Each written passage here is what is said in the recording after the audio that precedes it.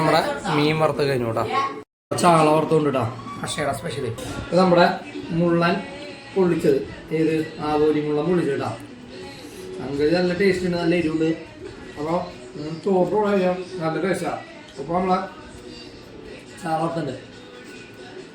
എല്ലാവരും ഇങ്ങനെ ആവോലി മുള്ളനും ചാളയും സാമ്പാറും ചോറ കൂട്ടിയിട്ട് ചോറുണ്ടാകും ഫ്രീയുള്ള സമയത്ത്.